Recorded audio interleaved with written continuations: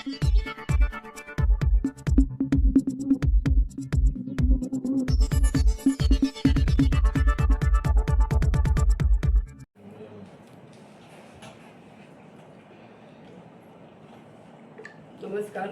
जय महाराष्ट्र। आज जे काही 4 दिवस मालवण शहरामध्ये चाललं आहे, जो व्हिडिओ फिरत आहे त्याबद्दल मी जरा बोलते आहे। आज मी मालवणची नगराध्यक्ष आहे। मालवणचं नाव कुठेही खराब होऊ नये त्यासाठी आमचा हा सर्व प्रयत्न आहे।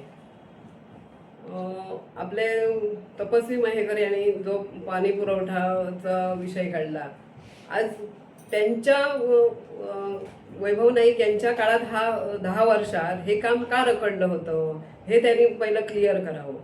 आणि त्यावेळी त्यांच्या आई सुद्धा इथे होत्या, नगरपालिकेत होत्या, मग का नाही त्यांनी ह्याविषयी बोलले। तसेच दुसरं म्हणजे आता हे प्रशासन आहे, ते प्रशासन योग्यरित्या काम करत आहे। पाणी पुरवठ्याचं असेल, कुठच्याही पद्धतीने आपलं काम चालू करत आहे, त्या दिशेने त्यांचं काम चालू आहे। दुसरा मुद्दा आहे जो एक भुयारी गटाराचा।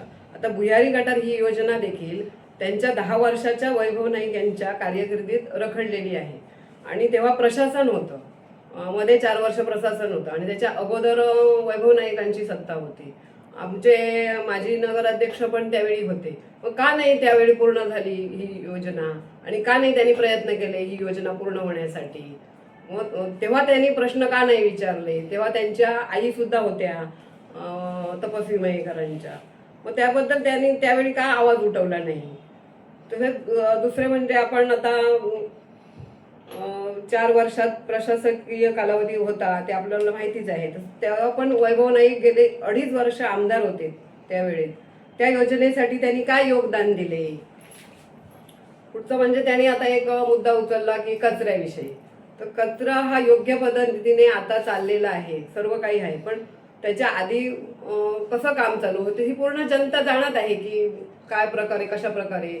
ज्यावेळी आमचे आमदार साहेब निवडून आले त्यावेळेपासून हे योग्य प्रकारे काम चालू आहे सर्व कचऱ्याविषयी। आता आज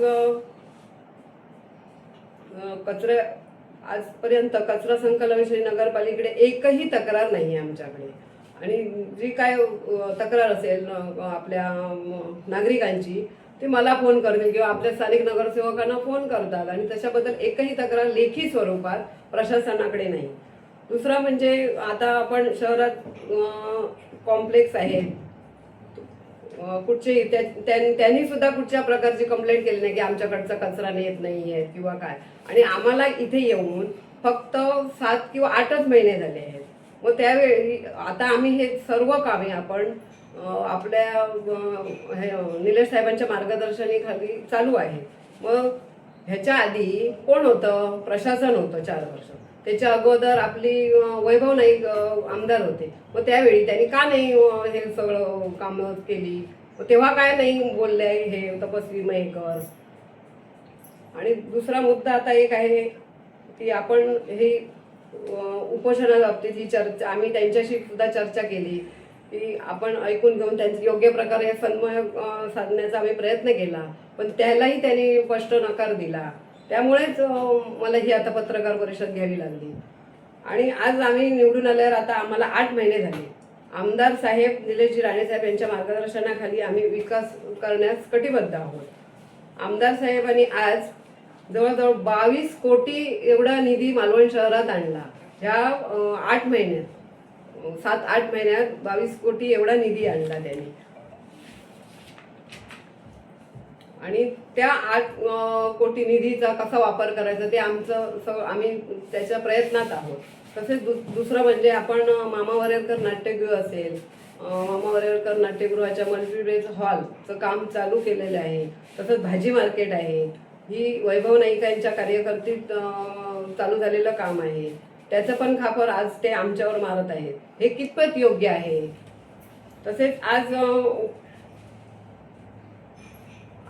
आपल्या बैठक घेऊन जे काम चालू करण्याची त्यांनी सूचना दिली आहे ती कोणत्या प्रकारे त्यांनी काम हे केले आहे। तसेच सफाई कर्मचाऱ्यांचे निवासस्थान हे इमारत देखील वैभव नाईक यांच्या कार्यकाळात झालेले आहे।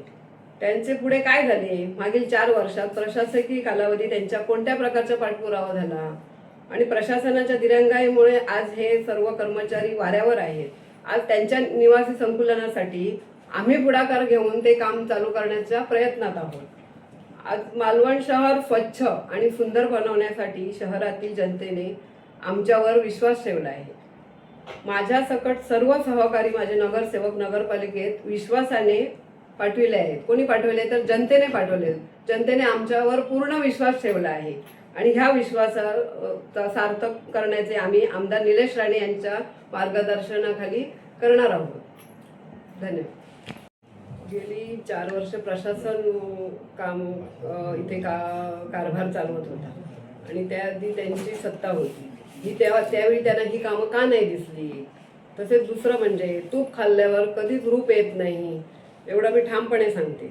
तसंच आता ह्या विरोधकांनी लोकांच्या जनतेत ही धूळपेक केली आहे. ती मालवण शहराची बदनामी करू नये अशी मी त्यांच्याजवळ अपेक्षा करते की मालवण शहराला कुठेही त्यांनी बदनाम करू नये.